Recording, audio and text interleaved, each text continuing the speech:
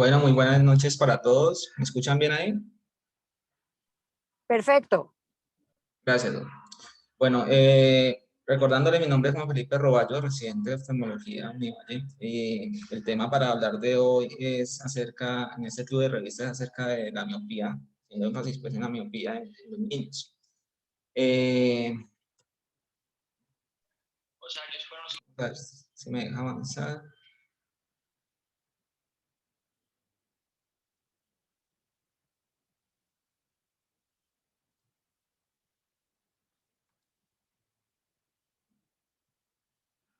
Bueno.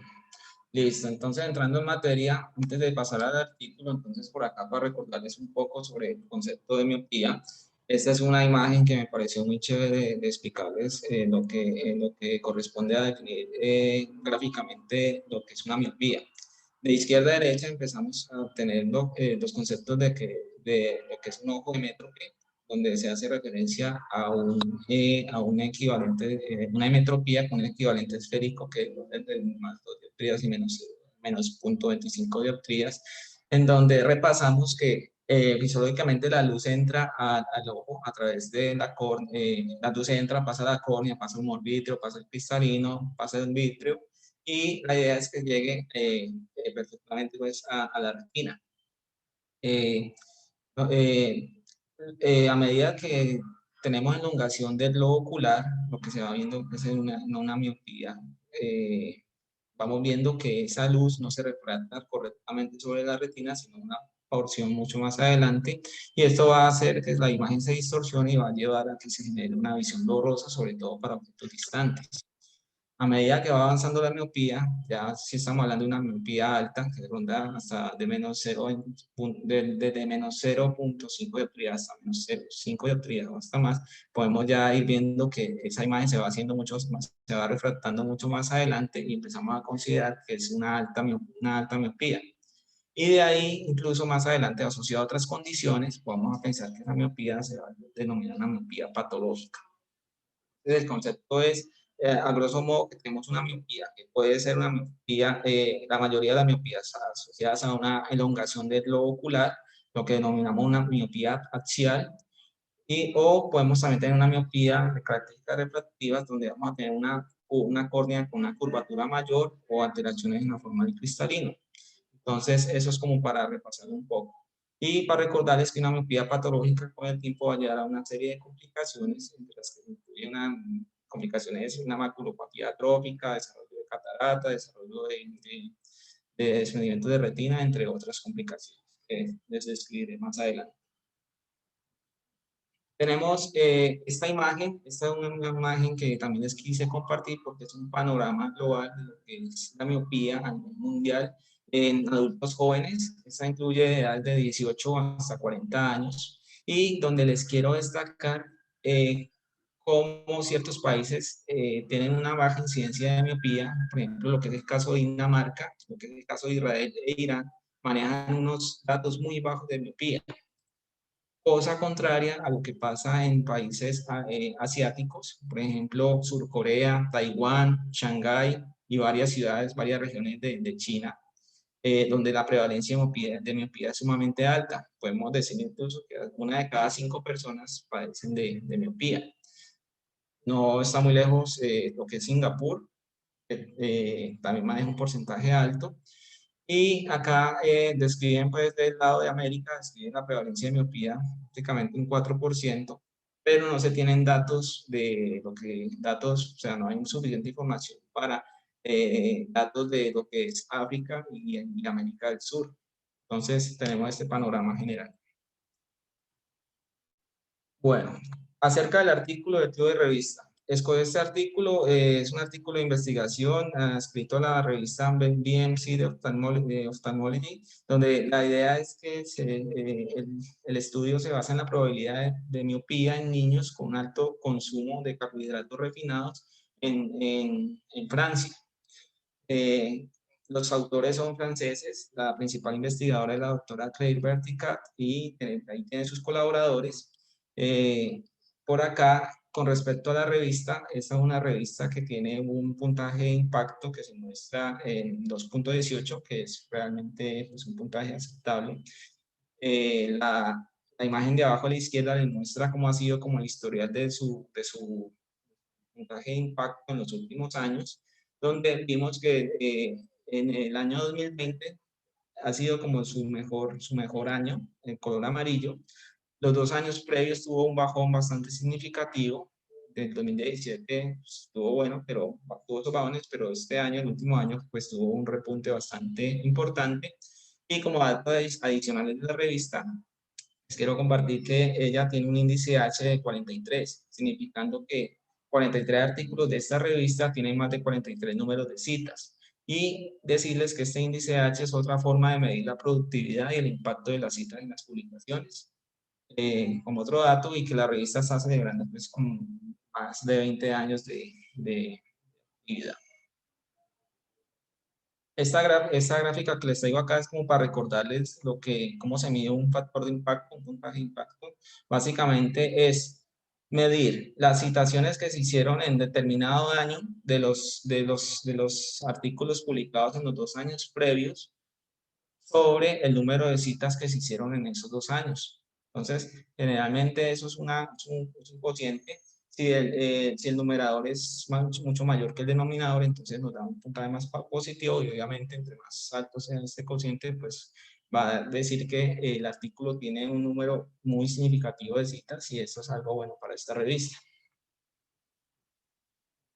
Por acá les comparto datos de la autora. La doctora Clay Vertica, pues lo que encontré es que tiene más de 51 publicaciones. Hace parte de la Universidad de Montpellier, del Instituto de Ciencias de la Evolución. Tiene un título de doctorado y PhD, y ese es el DORSI, o la identificación como investigadora, que la doctora Vertica maneja. Una persona pues, bastante joven que ha dedicado pues, bastante parte de su vida a la investigación. Por acá les traigo unas imágenes de lo que corresponde más a la Universidad de Montpellier, que es donde se desarrolló la investigación, el estudio. Y recordarles que Montpellier es una ciudad costera que queda al sur de Francia, en mediaciones del Mediterráneo, que tiene pues es bastante bonita, y pues allá se hizo una investigación. Bueno. Este artículo lo analicé de nuevo basándonos en la guía STROP, que es la guía constituida por una lista de puntos, generalmente son 22 ítems, que está indicada para realizar el análisis de los estudios realizados los tres principales estudios observacionales descritos, que son los estudios de cohortes, los estudios de casos y controles y los estudios transversales. Señalo acá el estudio transversal porque, pues, voy a nombrarlo más adelante, pero pues este es un estudio que se hizo, el modelo del estudio es un estudio transversal, de corte transversal. Este es un fragmento del abstract del estudio. Pues, tiene como un orden característico de esos estudios observacionales, donde tiene su fondo, tiene sus métodos, tiene sus resultados, sus conclusiones, y tiene sus palabras claves. Lo que señalo acá en rojo es que en sus métodos ellos acá sí describen que es un estudio de corte transversal, y pues ya veremos que tiene sus características típicas de estos estudios. Bueno, ya vamos a adentrarnos entonces a lo que corresponde al estudio. Yéndonos a la introducción, recordarles que les había dicho, la miopía es un trastorno refractivo que es multifactorial, que se caracteriza por visión borrosa a distancia, que puede ser por ojos que tienen una curvatura corneal bastante pronunciada, o una longitud axial más larga comparado con los ojos que son dimétropes. Si ya vamos a definir de nuevo una miopía alta, entonces, teniendo en cuenta que es mayor de menos 6 dioptrías, es un factor de riesgo para complicaciones potencialmente cegadoras. En el artículo, pues, las principales se nombran son el desprendimiento de retina, tener neovascularización subretiniana, aparición de cataratas tempranas, o aparición de glaucoma asociada a miopía. Con respecto a la miopía, es un importante problema de salud pública. Un aumento sustancial de la prevalencia en todo el mundo se ha venido notando en los últimos años. pues hablamos de pandemia ahorita con lo del COVID y todo esto, pero a mi juicio la miopía es otra de las pandemias silenciosas que, pues, que está generando un gran impacto, como les digo, a nivel mundial. Para destacarles una muestra de eso, es un país como China. La proporción, dijimos que era una proporción alta de personas con miopía, pero según este autor, Chen, en el 2018, ellos nombran que pasó de tener de tener una prevalencia de un 20% en la década de los 70 hasta un 90% en el 2018, cosa que es bastante llamativa. Obviamente hay que tener en cuenta pues, que el grado de miopía va a depender, pues, o sea, hay diversos grados, ¿no? Para el 2010, el 28%, se consideró que el 28% de la población mundial ya era miope y un grupo de expertos en el tema y en salud mundial hicieron unas proyecciones y estimaron que para el año 2050 aproximadamente el 50% de la población mundial iba a estar con defecto refractivo, en este caso pues iban a padecer de miopía. Les traigo esta imagen porque pues, uno como ver a un niño paciente con el tipo de lentes que usan, uno ya se hace una idea de qué trastorno refractivo puede presentar. En este caso, el niño de la izquierda es un niño que tiene unos lentes que son lentes negativos y se ve como que tiene una miopía alta. Y como les decía, esto conlleva una serie de complicaciones que tienen, pues, pueden tener un desenlace bastante catastrófico, entre las que están, por ejemplo, arriba la aparición de la catarata, tener en el centro la presencia de estafilomas posteriores, reflejando pues, un aumento de la longitud axial, la presencia de foveosquisis, la presencia de glaucoma temprano o incluso desprendimientos de retina. Entonces, adentrándonos en la patología como tal, se habla de que el tiempo que se dedica a realizar trabajos cercanos, la duración del tiempo, o sea, generalmente una distancia de más de 20 centímetros, o la duración del tiempo en que la persona le dedica a estudiar, poniéndole como un límite de más de 45 minutos. Y a nivel de educación se han citado con mayor frecuencia como factores, como los principales factores ambientales que están como implicados en el desarrollo de una miopía. Pero también se habla que pasar el tiempo al aire libre, es decir, esto se ve reflejado en exponerse a la luz natural, pero no relacionado con la actividad física, se ha descrito como un factor protector porque los niños que pasan más tiempo al aire libre muestran una menor incidencia de miopía.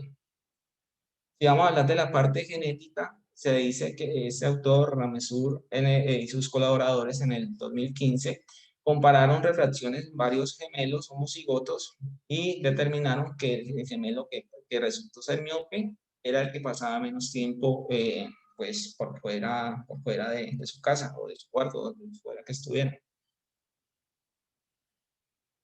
También se habla de que hace más de 2 décadas, este autor, Corday, propuso por primera vez que a través del hiperinsulinismo, el consumo en este caso de carbohidratos refinados, reflejado en lo que es un consumo alto de almidones y azúcares podría reflejarse en el desarrollo de aparición de miopía juvenil. Entonces se empezó a determinar que la interacción entre el hiperinsulinismo y la regulación hormonal del crecimiento ocular podía aumentar el alargamiento del globo ocular de forma axial o anteroposterior. Entonces, ya terminando esta parte inicial, el objetivo del estudio era probar que si habían factores de riesgo modificables sospechosos que podían estar implicados en el desarrollo de una miopía, de la aparición de miopía en niños, y que dentro de estos factores, los factores nutricionales, especialmente el consumo de carbohidratos refinados, podrían llevar al desarrollo a la aparición de esta patología. Entonces, esa es como la primera parte del artículo, que sería su introducción. Si nos vamos a analizarla, basándonos en la guía Stroop, entonces nos dicen dentro de sus primeros ítems, yéndonos al título del resumen. El título no indica el diseño del estudio, pero como les dije, como les señalé en rojo, sí habla de que es un estudio de corte transversal y generalmente sí proporciona una sinopsis informativa de lo que se ha sabido y lo que se ha estudiado con otros autores. Y dentro de la introducción, básicamente hablan de los fundamentos científicos y finalizando esta, nos indican los objetivos, tanto principal como específico, de lo que se quiere estudiar. Entonces, esta es como la primera porción del estudio. Vamos a adentrarnos a lo que sería la parte de los métodos como segunda parte. Entonces, en cuanto al diseño, se reclutaron 264 niños. Incluyeron niños de una edad de 4 a 12 años que asistieron al centro hospitalario universitario Guy de Chauliac, de la Universidad de Montpellier entre mayo, o sea, básicamente eso fue en un año, de mayo del 2017 al 2018. E incluyeron también niños con historia de ambliopía y con historia de estrabismo funcional. Eso como inclusión. Como exclusión, no participaron niños que presentaran catarata, que presentaran glaucoma por otras razones, que tuvieran historia de retinoblastoma, y también descartaron niños con enfermedad de Coats. En cuanto a las mediciones, ¿qué hicieron ellos? A todos los niños les practicó un examen oftalmológico completo, incluyendo refracción bajo cicloplegia, examen de bajo lámpara de hendidura y obviamente en el fondo de ojo. Los niños que tuvieron una refracción con mayor de 3 dioptrías no los incluyeron, por lo menos en uno de los dos ojos, no los incluyeron porque consideraban que estos niños pues, no eran candidatos para el estudio porque consideraban una hipermetropía moderada a alta. Entonces, fuera de esos niños también. Y al final, de todas formas, los padres completaron un cuestionario donde recopilaban la siguiente información: el sexo, la edad, la altura, el peso, si los padres eran miopes, si el tiempo de lectura lo medían por horas por día, el tiempo en pantalla, ya sea en tablets, en teléfonos, en videojuegos, en computadoras, también en número de horas por día, el tiempo al aire libre, horas por día también, actividades físicas, si las realizaba o no, y el consumo de carbohidratos refinados mediante el uso pues, del cuestionario que más adelante se los voy a mostrar. Entonces, acá, en modo, vemos que hay unas variables cuantitativas y unas variables cualitativas, y pues, ellos hicieron hicieron pues, un gran esfuerzo por tratar de recopilar estas variables. Entonces, en cuanto al consumo de carbohidratos refinados, entonces, esto se midió sumando la frecuencia del consumo semanal de los productos con alto contenido glicémico. La idea es que hicieron unas frecuencias y las agruparon así: 0, 0 para nunca, 0.5 por menos de una vez a la semana, o sea, a veces una semana sí, a veces no. Bueno, le calificaron 1 para un consumo una vez a la semana, 2.5, 2 a 3 veces por semana, 5 para 4 o 6 veces por semana y 7 para que consumían carbohidratos refinados a diario. Y tuvieron en cuenta que los alimentos seleccionados cumplían pues, con todas las directrices sanitarias del Instituto del Programa Nacional de Salud y del Programa Nacional de Nutrición y Salud de los franceses. O sea, eso con todo, pues, con todo lo legal que tenía que hacer. En cuanto a la refracción cicloplégica, se obtuvo usando ciclopentolato o isotopatropina al 0.5 para niños entre 4 y 12 años, el 1% duplicando la dosis para niños de 12 a 18 años, según lo que recomendaban las autoridades francesas. A ver, los protocolos de destilación sí se hicieron, pues, según la práctica actual. Para ciclopentolato utilizaron a la hora, a los 55 minutos y 50 minutos antes de la medición. Y para atropina usaron 2 veces al día durante 5 días antes de hacer la refracción. Y usaron, para hacer la refracción usaron 2 aparatos. Usaron el autorrefractómetro, el TonoRef 2 para niños de 12 a 18 años, y usaron el Retinomax 2 solo en caso de que el niño no cooperaba, no permitía pues, una refracción con el TonoRef 2. Bueno, ahí la refracción. Pasando a cómo hicieron los análisis estadísticos, bueno, ellos hicieron el análisis con ese software que ustedes ven ahí. La idea es que tuvieron que hacer una regresión logística para poder analizar la probabilidad de ser miope, donde estimaron los odds radius y le aplicaron también los intervalos de confianza al 95%. Usaron o sea, pues, eso maneja unos modelos de respuesta binaria, donde básicamente, o sea, 0 y 1 usaron para menos 0 dioptrías versus mayor o igual a 0 dioptrías, por lo menos en uno de los dos ojos. Y las variables que estuvieron, como para explicar el modelo, básicamente tuvieron el tiempo de lectura por día, el tiempo de pantalla por día, el tiempo de permanencia del aire por día y el consumo de carbohidratos por semana. Tuvieron en cuenta que estas variables, como todas fueran cuantitativas, fueran centralizadas. Recordemos que las variables cuantitativas se manejan con medidas de tendencia central y de dispersión, y las variables cualitativas con frecuencia y porcentajes. Y para el modelo de regresión que aplicaron, la significancia de cada término o sea, aplicaron la prueba de chi cuadrado para, según pues, los datos esperados que obtuvieron. Bueno, entonces, recordando, se analizaron previamente ciertas interacciones, la edad con el sexo, el tiempo de pantalla, el tiempo de lectura, las que ya he dicho, las que ya les he nombrado también. Pero también quisieron como relacionar el consumo de carbohidratos con el deporte, con el sexo, con la actividad en el exterior y con la edad. Y para este modelo en particular, determinaron que una P que fuera estadísticamente significativo a partir de una P menor de 0.1. Bueno, entonces hasta ahí la parte de los métodos.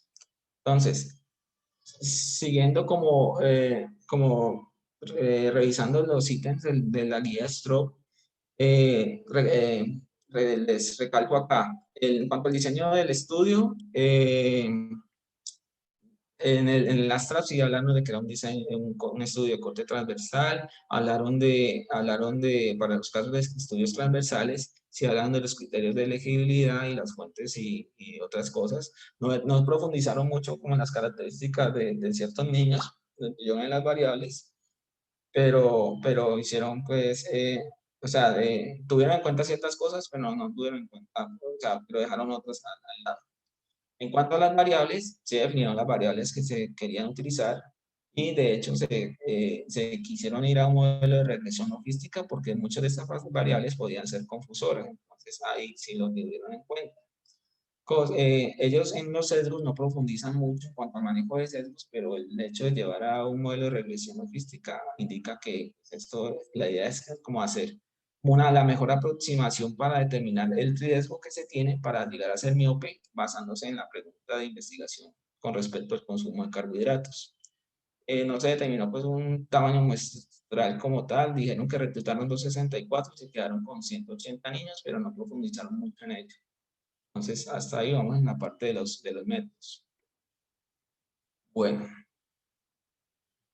vamos a pasar a lo que fueron los resultados del estudio. Entonces, como siguiendo el orden, empezamos con lo que fue la descripción de la población. Esta es una tabla que yo quise acá como separar un poquito con estas líneas verdes porque al principio son tablas que son como parecen una sopa de números, pero acá hicimos una división que es lo que corresponde de los 180 niños incluidos, decirles que 88 fueron niñas y 92 fueron niños. De cada uno de ellos los separaron en quienes fueron miopes y quienes no resultaron ser miopes. Y les hicieron su promedio, su desviación estándar y el rango de respectivo. Entonces, para destacar, las principales a destacar acá, el promedio de edad en las niñas fue de 10 años, 10 años y medio. ¿Sí? Partiendo de una edad de 4 a 17 años.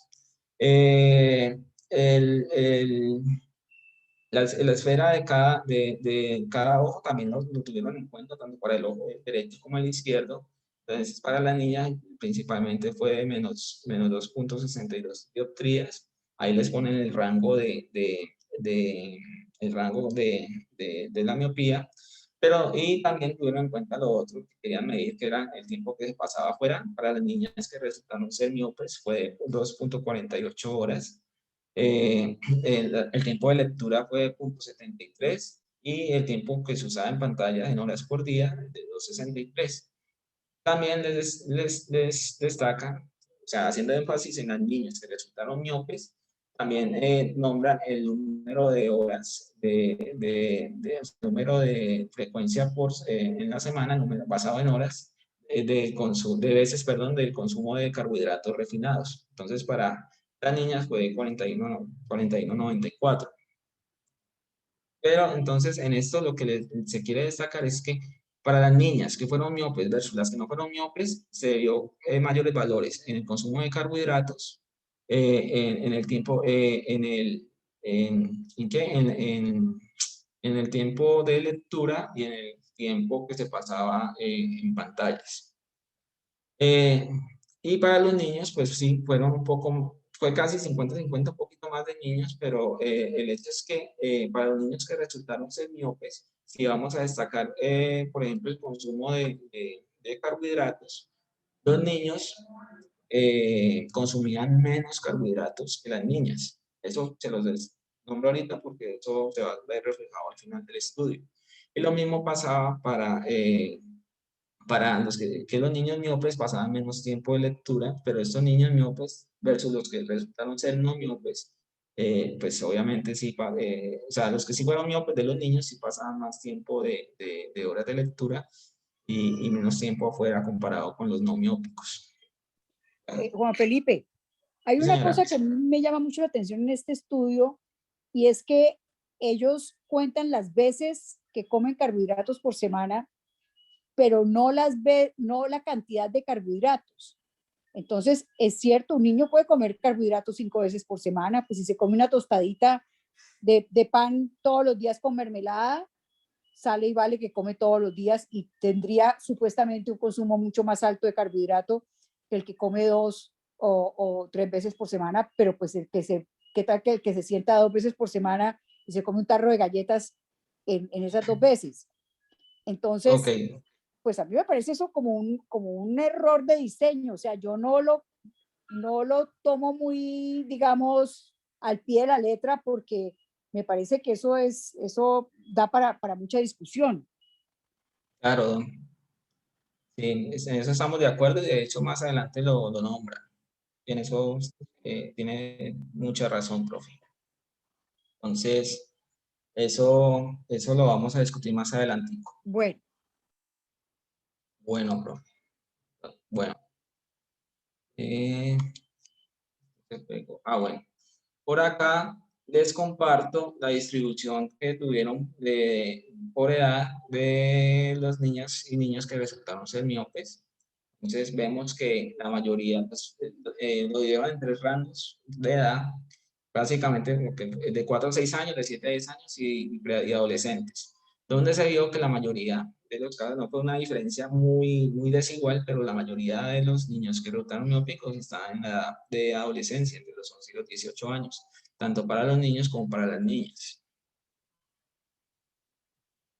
Por acá en la tabla 3 se muestra lo que sería el estado visual de los niños que resultaron, pues, o sea, de los niños del estudio.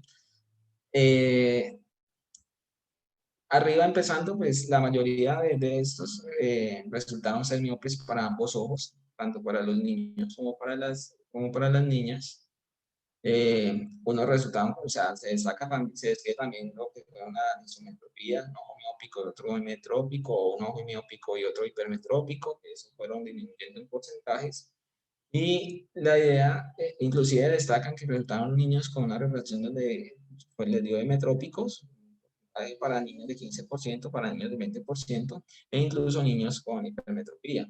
Pero si hacen como la diferenciación entre ambos para miopía en uno en ambos ojos y no miopía en uno en ambos ojos. Y ahí se destaca pues como el total de los 180 niños estudiados, como tanto para niñas como para niños. Bueno, entonces, entrándonos en lo que sería ya pues como el análisis del modelo.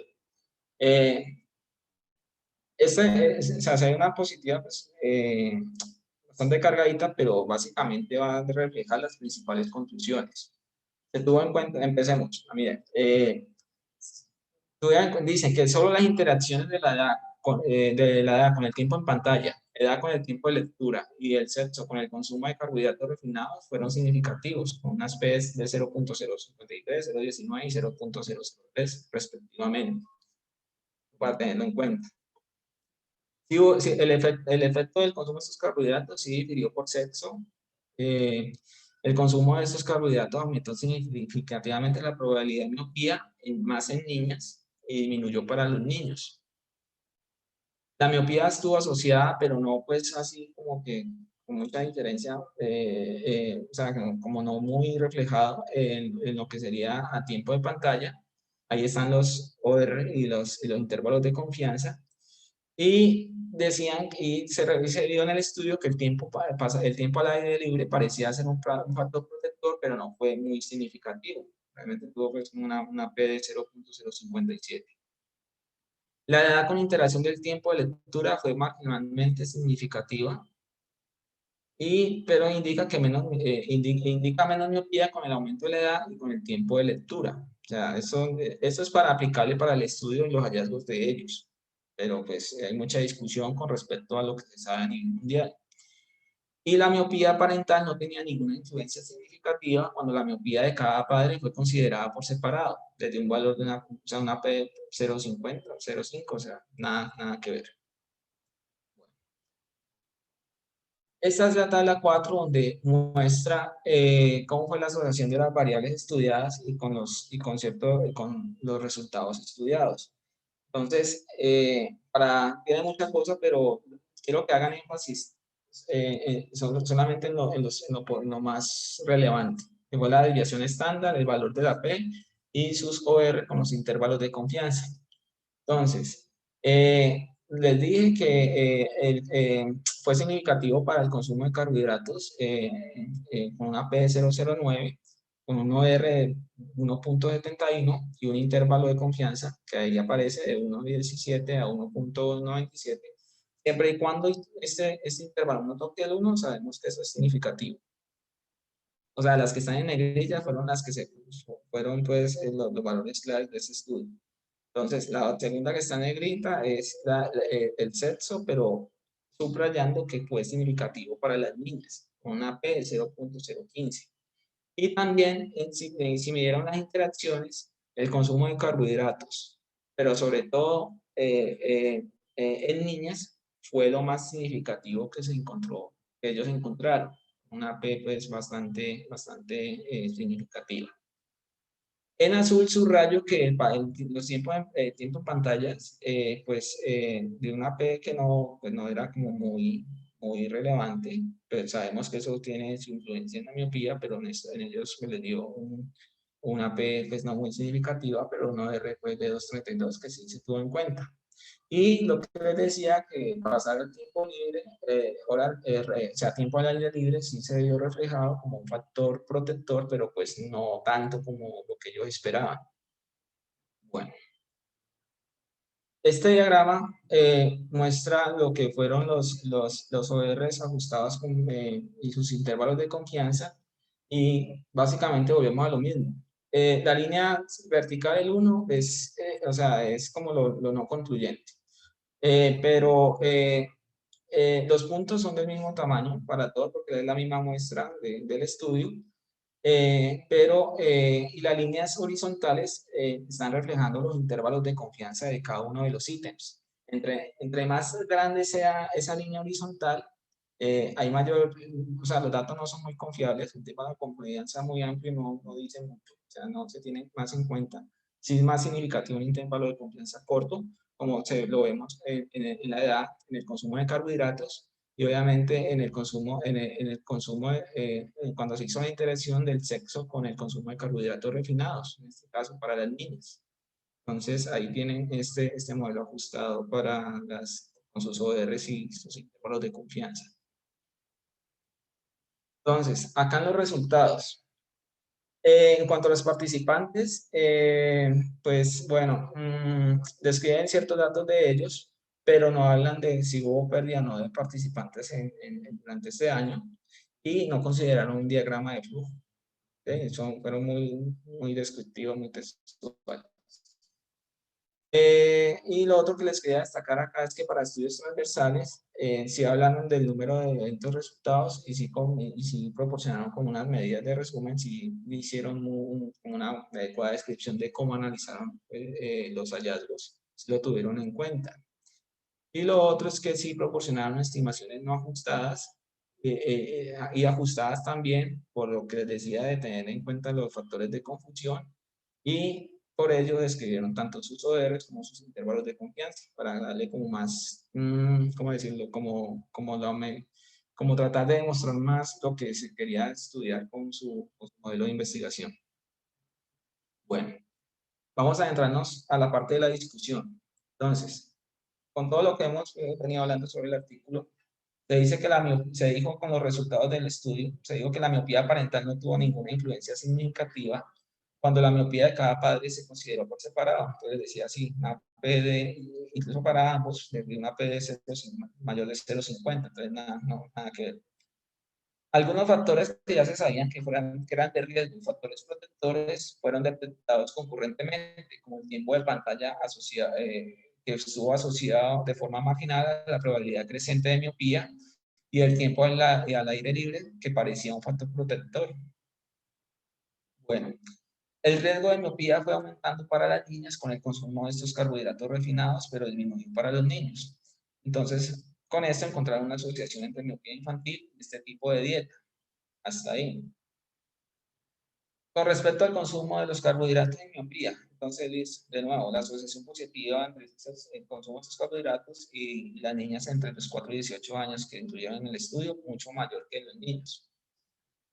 Adentrándonos en la parte fisiopatológica, entonces se dice que los carbohidratos refinados, pues recordando que son azúcares y almidones, se absorben rápidamente en el torrente sanguíneo y que eso va a producir un pico de insulina, un estado de hiperinsulinemia. ¿Listo?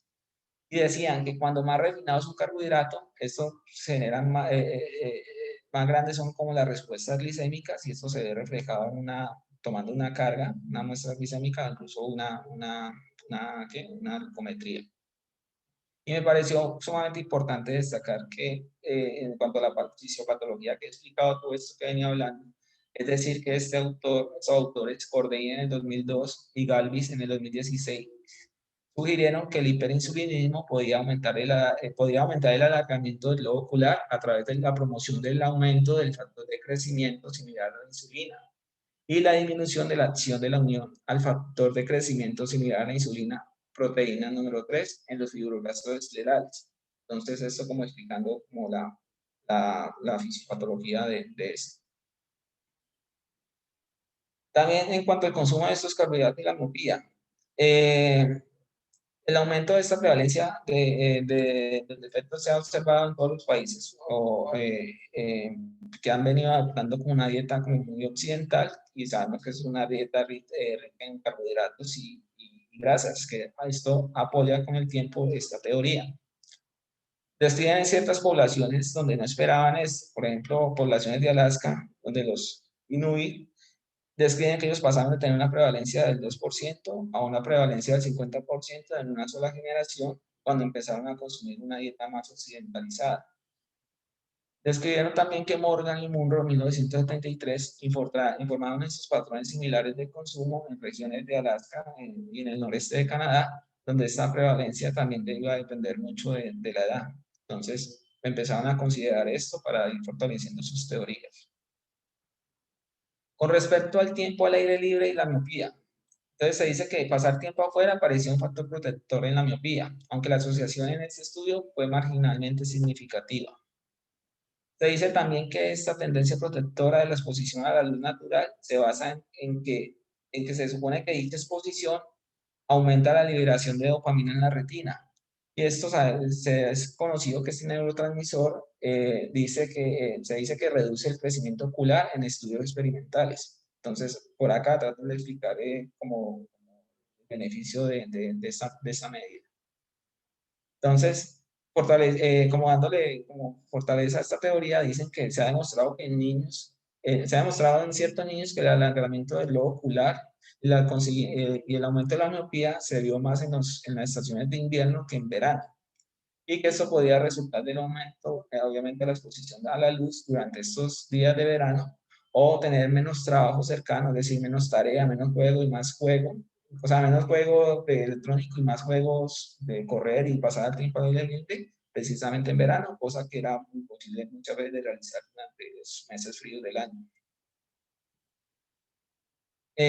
Bueno, en cuanto al trabajo cercano y la miopía, se dice que las actividades en pantalla y la lectura que requieren, pues obviamente una visión cercana, más de 20 centímetros, siempre se han descrito como un factor de riesgo para la miopía. Decían también que la asociación entre el trabajo cercano y la miopía podría deberse a que las personas con miopía se involucraban más en este tipo de tareas, porque les resultaba mucho más complicado participar en ciertos deportes porque tenían que usar las gafas y lo que se entiende con esto es que se les mojaba, se les empañaba o era incómodo, entonces preferían hacer como estas tareas que hacer deporte o pasar el tiempo al aire libre. Otro efecto que se encontró, de hecho fue un efecto marginal fue el tiempo de pantalla, aunque se dice que esta contribución del tiempo de lectura no parecía un factor de riesgo significativo. Y también informó o sea, se informó en un estudio prospectivo que los niños miopes podían estar en mayor riesgo como de realizar actividades físicas que sus compañeros no miopes, pues según el autor de mis colaboradores. Pero ellos no encontraron pues como una diferencia significativa en la práctica del deporte sobre la miopía. Entonces, hay como mucha discusión sobre esto también. Bueno, pasando a lo que fue la prevalencia de la miopía. Entonces, la prevalencia de miopía en niños franceses no ha sido pues como muy estudiada. Ustedes como que al principio lo mostré y hay ciertos países donde eso no ha sido como profundizado, pero con escasos datos actuales disponibles para tratar de darle entendimiento a esto. O sea, ellos quisieron como hacer este estudio y quisieron hacer y quieren seguirlo haciendo como para profundizar en el tema, comparado en otras regiones en donde sí ha sido muy estudiado. Entonces, esto, adelantándome a los hechos, me indica que de pronto la validez externa del estudio no es que sea muy favorable para ellos. Y bueno, lo otro, la proporción de pacientes miopes en esta muestra al final alcanzó un 32% global, 38% para las niñas y un 28% para los niños. Y se dice que la representatividad de la muestra de este estudio francés en relación con la población pediátrica mundial es probablemente sesgada porque estos datos se recogieron de consultas hospitalarias, porque el reglamento incluyó a muchos pacientes con estrabismo y que eran potencialmente hipermetros, que ellos cuentan ahí. Bueno, ya vamos a entrar, profe, entonces a lo que serían las limitaciones del estudio. Precisamente el tamaño y la diversidad de la población estudiada es una de las principales limitaciones. Estos pacientes fueron reclutados durante consultas médicas, como les dije, lo que implicaba cierto sesgo de selección también. Por otra parte, aunque la composición de la ingesta dietética varía según la edad, o sea, no lo come lo mismo un niño de 4 a 18 años, pues, hay mucha variedad en esto.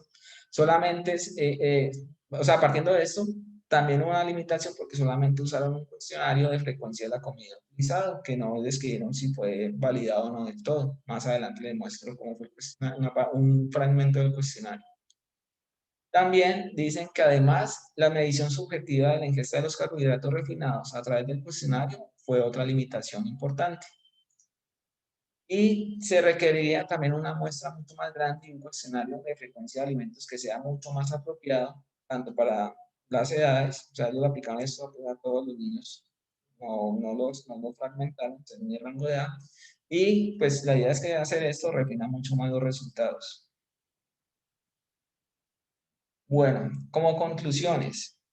Este estudio apoya los hallazgos de investigación que se han venido realizando sobre el riesgo de ciertas conductas que pueden llevar al desarrollo de miopía.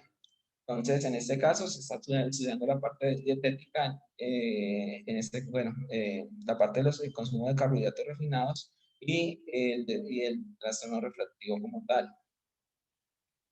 Se dice que también se requieren otros estudios para combinar los resultados y tratar como de desentrañar más los mecanismos por los cuales la dieta puede llegar a afectar bueno, el inicio y la progresión de la miopía. Y también se dice que el estudio en sí refuerza la creencia que estos factores de riesgo en últimas son modificables para miopía y que pueden contribuir a que las políticas de salud pública en Francia, no solamente en Francia, sino en todo el mundo, tomen medidas para que o sea, pues para que se tenga en cuenta en la miopía. Y lo que les dije al principio, pues es como otra pandemia silenciosa que está ahí. Y la tendencia es que para el año 2050 la mitad de la población va a resultar miope, obviamente pues con sus con diferentes rangos de edad. De edad no, pero en diferentes rangos de miopía. Entonces ya terminando, siguiendo la guía Stroke, entonces en la discusión se informan resultados claves. Y no, el estudio no, pues para ellos dieron unos datos que para mí no son muy aplicables a la población mundial. Sí describieron unas limitaciones que tuvieron y esto es algo favorable para ellos porque uno tiene que ser honesto y tiene que reportar hasta dónde su estudio, o sea, lo que encontraron y que realmente pueda pues, como aportar y decir que se necesitan hacer muchas más cosas. Y en cuanto a la generabilidad o validez externa, pues no lo dicen ellos, o sea, lo dicen de cierta forma, ¿no? De cierta forma, pero pues se entiende que no, o sea, no se aplica sobre todo para la parte occidental, para nosotros los que estamos acá en este lado del mundo. Y en general, bueno, pues ellos no tuvieron pues conflictos de intereses, no tuvieron una financiación como tal. Y bueno, ya terminando, pues este es un fragmento de la encuesta original que ellos hicieron, donde para mi juicio es un cuestionario bastante sencillo, es como de página y media, pero este es como el comienzo, pero el comienzo donde describen los tipos de alimentos y lo que les describí al principio, que con qué frecuencia consumían estos alimentos y le daban la calificación. Y bueno, eso es lo que les quería compartir. Gracias, Juan. Juan, yo también quería opinar, pues, en referencia a la miopía, pues esto sabemos que es una enfermedad que es multifactorial. Y digamos que muchas veces lograr hacer un estudio que demuestre como uno quisiera un sí o un no a una pregunta como esta, ¿cierto? Uno al final quiere saber cómo, bueno, realmente una dieta rica en carbohidratos refinados sí es un factor de riesgo fuerte para miopía. Uno queda ahí como con esa duda, pero yo creo que va a ser muy difícil digamos, lograr una respuesta tan absoluta porque muchos de estos estudios tienen que hacerse basados en encuestas que tienen que responder los papás. Y aunque pueden haber, digamos, como errores de diseños, como el que decía la doctora Pilar ahorita, que no es lo mismo sentarse y comerse el desayunito normal con un pedazo de pan o no sé, a comerse un bowl de Choco Crispies, pues que son cosas completamente diferentes y de pronto es difícil que el estudio lo refleje, pero también porque el recordar para los papás es difícil, y bueno, en todos estos sesgos que hemos hablado en el pasado con otros estudios, pero yo siempre a los papás les trato de decir como, miren, esto es una cosa que tiene muchas variables andando, y les digo así, hay algunos estudios que muestran que una dieta más rica en carbohidratos pudiera ser un factor de riesgo, y son carbohidratos que son refinados. Entonces lo que yo les digo es tratemos de que la dieta de estos niños sea una dieta lo más sana que se pueda, pues con carbohidratos menos procesados que en teoría elevan menos el índice glicémico y podrían generar menos este factor de riesgo, por una parte. Entonces, pues igual uno queda como con la duda, pero me parece válido como seguirnos cuestionando en ese sentido, ¿cierto? Y lo otro es que creo que la dieta se relaciona también mucho con el uso del tiempo. ¿A qué me refiero? A que las personas de pronto cuando están, los niños cuando salen, no sé, a montar bicicleta, a montar patines, pues no van a estar consumiendo alimentos, nada de eso, y sí van a estar por el contrario recibiendo sol, exponiéndose a sí, actividades al aire libre y al revés. Cuando el niño está más encerrado, pues come más, ¿cierto? Porque uno normalmente en la casa uno lo tenía siempre, venga, le doy la agüita, venga, le doy no sé qué, la galletica, y muy probablemente también va a estar haciendo actividades, ya sea de pantalla o de lectura y otras cosas que han mostrado un poquito más de fuerza en, digamos, en ser factor de riesgo para miopía. Entonces, creo que eso es también como uno de los factores que a mí me llamó como la atención ahí, como que podrían generar algo de confusión, pero creo que es interesante que sigamos buscando opciones para ayudar en lo que más se pueda a tratar de controlar esta patología, ¿no? Creo que sí. Sí, yo estoy de acuerdo, esto es multifactorial y entre más factores pueda uno tratar de controlar, pues mucho mejor. Y entre menos el niño sea pues el típico nerdito, sentadito, gordito, viendo pantallas o leyendo, o viendo televisión al lado de un paquete de chitos, pues entonces, si uno no persigue y uno ataca o hace que ese patrón no se perpetúe, pues entonces vamos a tener menos niños miopes. Ahora, otra cosa que pasa y que no estoy de acuerdo, digamos, con lo de la apreciación de la dieta en los poblaciones que han tenido como más desarrollo y más occidentalización recientemente, es que realmente esas poblaciones han sido poblaciones que antiguamente eran menos ilustradas, leían menos, funcionaban menos con libros, con pantallas, con ilustración, y ahora están más dedicadas a eso. Entonces puede ser no solamente la dieta occidental con más carbohidratos, sino también este otro factor de ilustración. Entre más ilustrada es una población, menos hipermétropes tiene y más miopes tiene. La medida en que esa escolarización ha ido mejorando, pues entonces ha ido aumentando la miopía. Pero bueno, sí realmente es bueno saber que hay otros factores que se están estudiando y lo del hiperinsulinismo es algo fisiológico que se puede tratar de mirar, o sea, de medir más exactamente, ¿no? Que con solamente mirar qué tanto carbohidrato puede comer un muchachito o no. Podría ser muy interesante mirar eso y medirlo. Sí, realmente una medición un poco como compleja, ¿no? Muy sujeta a sesgos. Pero bueno, se puede hacer. ¿Alguno tiene otro comentario?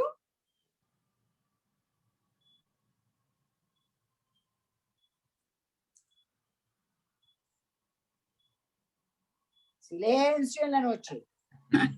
Doctora, creo que murieron los demás. No, ya a mí Estamos, me acá parece, estamos. acá estamos. Ajá. Pues no, Bueno, Doc, es que a mí me parece como muy difícil primero generar como esas mediciones por parte, pues ya de qué cantidad y qué cantidad de hiperinsulinismo se genera, si también tiene cambios circadianos o no.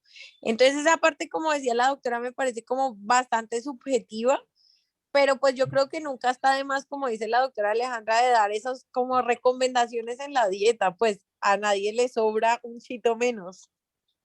Omega, sí, no es para que no sea miope, es para que no sea gordo. Sí, No total, se si no es por lo uno, es por lo otro, pero pues le agradecemos aquello de lo del chito. sí, total. O sea, sí, por lo menos que sea un niño más saludable, sí, aunque sea. Sí, más ágil, más activo, esté más tiempo al aire libre. Todas estas cosas, lo interesante puede ser, es medir, como hay el tiempo de pandemia, el tiempo de gente encerrada, mucho menos activa, mucho menos recibiendo sol, qué tanto hubo en velocidad de aumento de la miopía en la población. Eso tiene que ser un factor interesante de medir.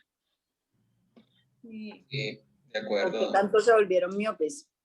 Sí, claro, porque ahí sí puede uno decir, vea, es que esta población dejó de estar reactiva tanto tiempo en tantas cosas, antes tenía tantas horas de actividad al aire libre y luego se redujo a cero en tantos meses y luego a tantas horas porque estaban casi medidas. Aquí en Colombia se podían medir. Entonces, pero pues si uno hubiera tenido unos números claros de niños miopes antes de la pandemia, ¿no? Sí, es que eso también le iba a decir, Doc, o sea, como hablar de prevalencia o ahí, es que sería duro porque uno tendría que medir como cuántos miopes habían antes de la pandemia, si subieron, progresaron, si se quedaron estables y la parte de hacer como la regresión logística y de ver la asociación entre las variables, que son muchísimas para el desarrollo de la miopía y tener como una estadística que sea estadísticamente significativa para uno decir como que sí, es que el no sé, digamos, o el tiempo de pantallas que estuvieron todo el tiempo o la reducción de las actividades externas y pues la luz solar, entonces sí están relacionadas con una asociación fuerte, es difícil, me parece. Sí, pero hay países que sí tienen sus estadísticas más claras. Claro, ¿no? total. Sí. Bueno, muchas gracias. Gracias, Juan. Bueno, no, con gusto. Gracias. Que estén bien. Buenas noches. Chao. Chao. Chao.